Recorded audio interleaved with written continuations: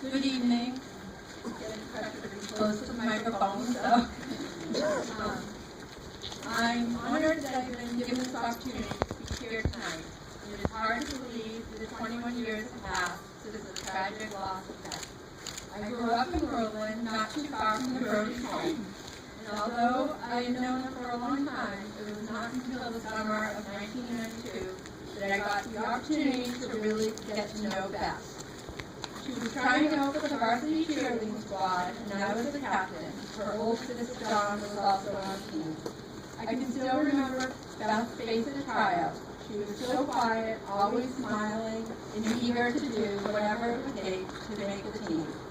You could tell she looked up to her older sister, and when she made the team, you could see the joy in her face. We were all looking forward to the season. We had a wonderful group, a great coach, and we even talked 3 boys into joining our team. We practiced and started to plan for our competition routines, and because we had 3 boys, we were very excited to have some new stunts.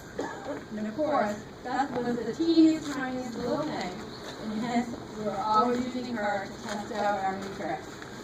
Sometimes she would look at us with a certain face, and I got the sense that she thought we may be crazy, but she smiled anyways and gave it her best.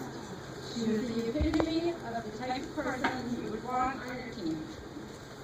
Never a quitter, always tried her best, and always smiling. This past summer, I was up in my attic trying to organize and pack for a move. I found myself getting sidetracked looking at some old photo albums. I came across my 1992 and 1993 photo albums, and I noticed that they were starting to rip and fall out. So I decided I put them into a new album, and while doing so, I found myself giggling out loud. The pictures of us practicing on the bus, crying at one of our dinners, our competitions, and our sleepovers we had.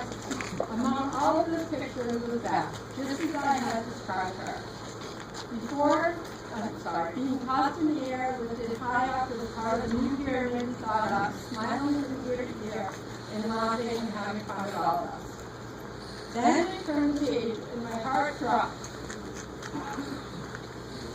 Here were newspaper clippings about the day Beth was murdered. The trial, the sentencing, photos of her family, photos of her friends crying, and photos of him. My giggling at those pictures soon turned into tears running down my cheeks. Then one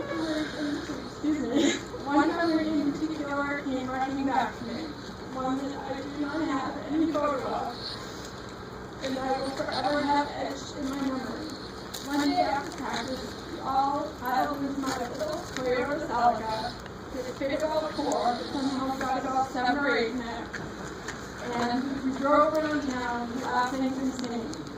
It seemed like a normal day, the life of a teen, but for me, it would be the last day that I would hear Beth talk, hear her laugh, or share her joy. The next day, Beth was murdered. I can still see her smiling face in my rearview mirror, as if the clock returned back to that day. In that moment, I decided that I wanted to no longer remember the trial, the devastation, and the distance of what he had done by committing this heinous act. I wanted to remember Beth as she was in the photos I had in my album, and I saw her in my rearview mirror.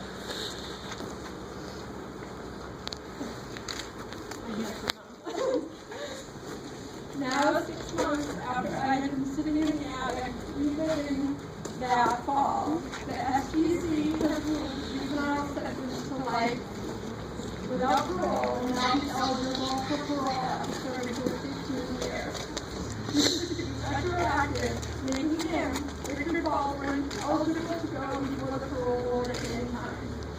This is what brings us all here tonight, to support Beth's family as we will be faced with having to relive this travesty in front of the parole board, to comfort each other as these old wounds have come back once again, and most importantly, to advocate for Beth as she cannot advocate for herself. It is clear by looking around that Beth has touched the lives of so many. We need to honor Beth